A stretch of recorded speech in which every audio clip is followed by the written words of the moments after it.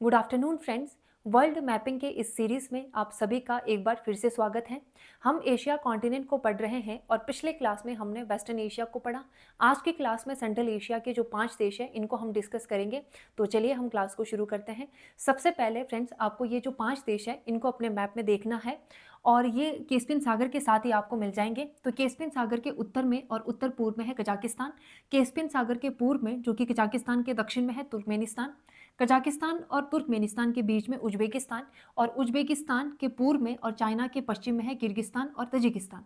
तो ये 5 देश हो जाएंगे जो कि सेंट्रल एशिया में आते हैं। और सेंट्रल एशिया के दक्षिण में देखिए यहाँ पे अफगानिस्तान।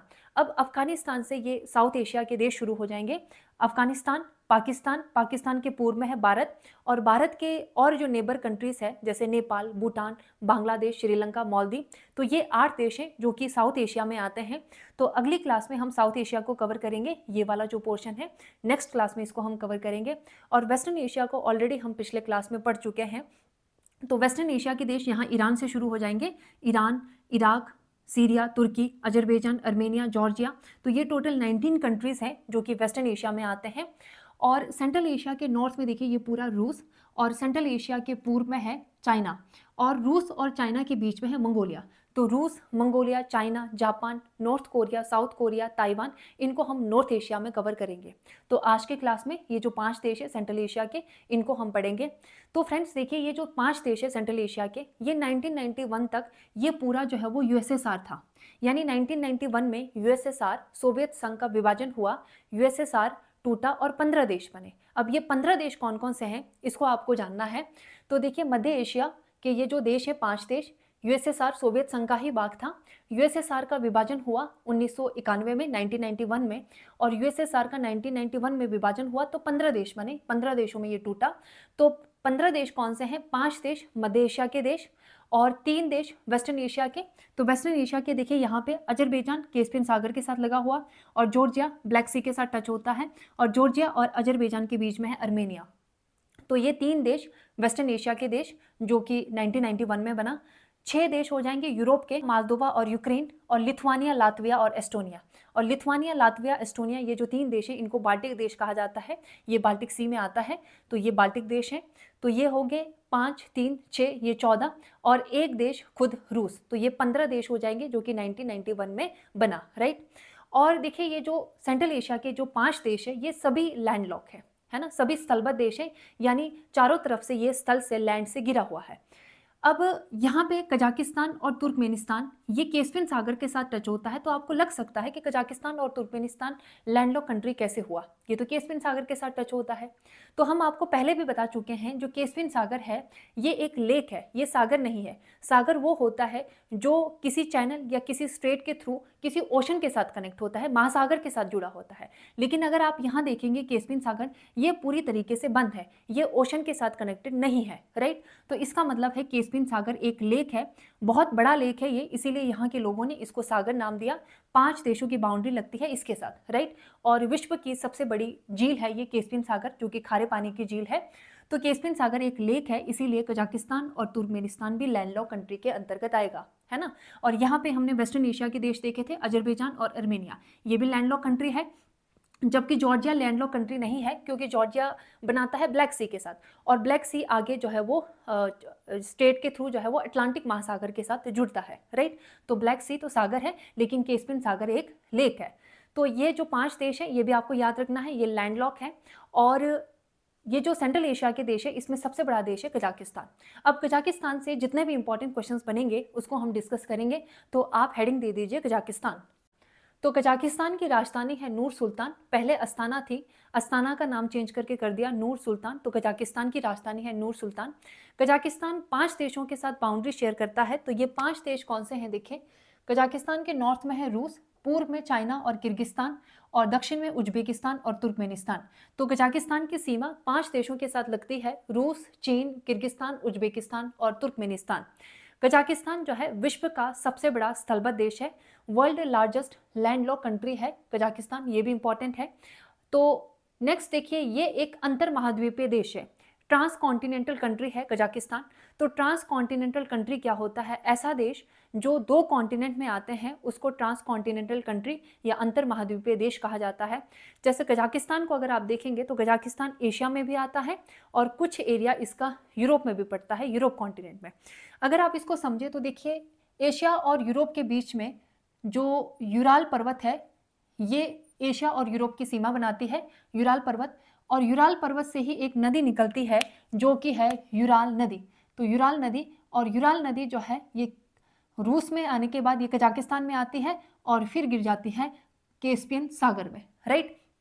और यूराल नदी भी एशिया और यूरोप के बीच में बाउंड्री बनाती है, यानी यूराल नदी के इस तरफ को एशिया और यूराल नदी के यहाँ पश्चिम की तरफ को ये यूरोप हो जाएगा। तो यहाँ पे अगर आप देखेंगे इतना जो एरिया है ये कजाकिस्तान का, ये आ जाता है यूरोप कॉन्टिनेंट में, राइट। तो इस प्रकार से आप कह सकते हैं कजाकिस्तान एक ट्रांस कॉन्टिनेंटल कंट्री है, एशिया में भी आता है और यूरोप में भी आता है।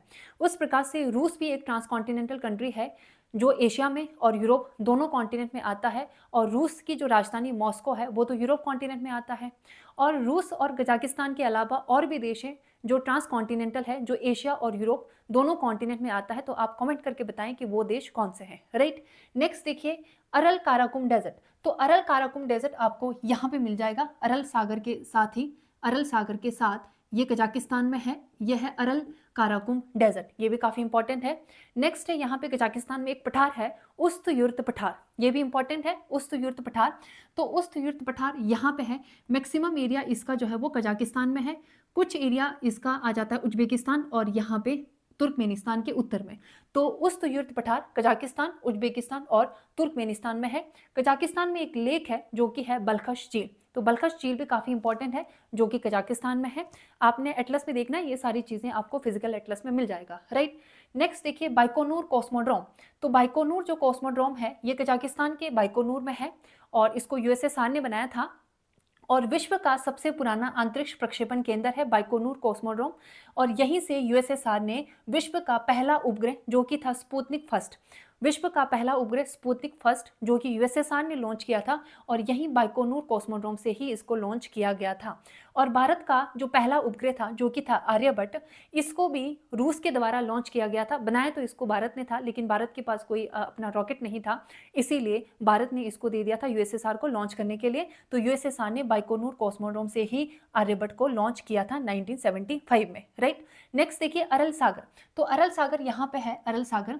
अरल सागर कजाकिस्तान और उज्बेकिस्तान के बीच में है। काफ़ी बार क्वेश्चन पूछा गया कि अरल सागर कौन से दो देशों के बीच में है, कजाकिस्तान और उज्बेकिस्तान के बीच में है।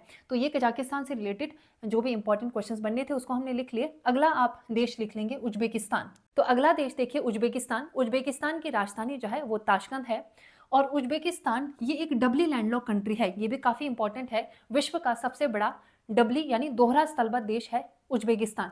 तो डबली लैंडलॉक कंट्री या दोहरा स्थलबद्ध देश का मतलब है कि उज्बेकिस्तान को वाटर बॉडी तक पहुंचने के लिए 2 देश क्रॉस करना होगा, यानी किसी सी या ओशन तक पहुंचने के लिए 2 देश को क्रॉस करना होगा। तो उज्बेकिस्तान अगर नॉर्थ की तरफ को वाटर बॉडी तक पहुंचना है यानी आर्कटिक ओशन तक पहुंचना है तो उज्बेकिस्तान को कजाकिस्तान और रूस 2 देश क्रॉस करना होगा।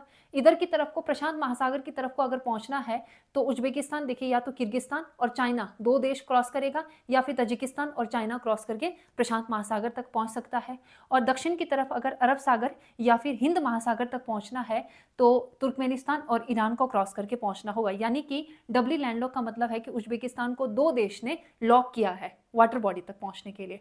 और जैसे कजाकिस्तान है लैंडलॉक है, तो लैंडलॉक का मतलब है कि एक देश द्वारा लॉक है ये, यानी अगर आप देखेंगे तो कजाकिस्तान वाटर बॉडी तक एक देश क्रॉस करके पहुंच सकता है, रूस को क्रॉस करके पहुंच सकता है या फिर चाइना को क्रॉस करके प्रशांत महासागर पहुंच सकता है, राइट। तो आई होप ये आपको समझ आ गया होगा। तो उज्बेकिस्तान जो है वो विश्व का दोहरा स्थलबद्ध देश है, सबसे बड़ा डबली लैंडलॉक कंट्री है, ये भी काफ़ी इंपॉर्टेंट है। 5 देशों की सीमा उज्बेकिस्तान के साथ लगती है और उज्बेकिस्तान सेंट्रल एशिया के जो 4 देश हैं इन सब के साथ बाउंड्री शेयर करता है। तो उज्बेकिस्तान देखिए कजाकिस्तान, किर्गिस्तान, तजिकिस्तान और तुर्कमेनिस्तान चारों के साथ बाउंड्री बनाता है, यानी ये बिल्कुल बीच में है। और एक दक्षिण एशिया का देश है जो कि है अफगानिस्तान, तो अफगानिस्तान के साथ भी बॉर्डर जो है वो उज्बेकिस्तान बनाता है, राइट। तो 5 देश ये हो गए। नेक्स्ट देखिए ताशकंद समझौता। उज्बेकिस्तान की राजधानी है ताशकंद। ताशकंद में 10 जनवरी 1966 को भारत और पाकिस्तान के बीच में समझौता हुआ था। उज़्बेकिस्तान की राजधानी ताशकंद में। और पहले ये 1966 में ये जो है उज़्बेकिस्तान नहीं बना था, ये पूरा यूएसएसआर था। तो यूएसएसआर ने ये समझौता करवाया था भारत और पाकिस्तान के बीच में, तो ये ताशकंद में हुआ था। तो ताशकंद समझौता 10 जनवरी 1966 को भारत और पाकिस्तान के बीच में हुआ था। मध्यस्थता इसमें यूएसएसआर ने करवाया था।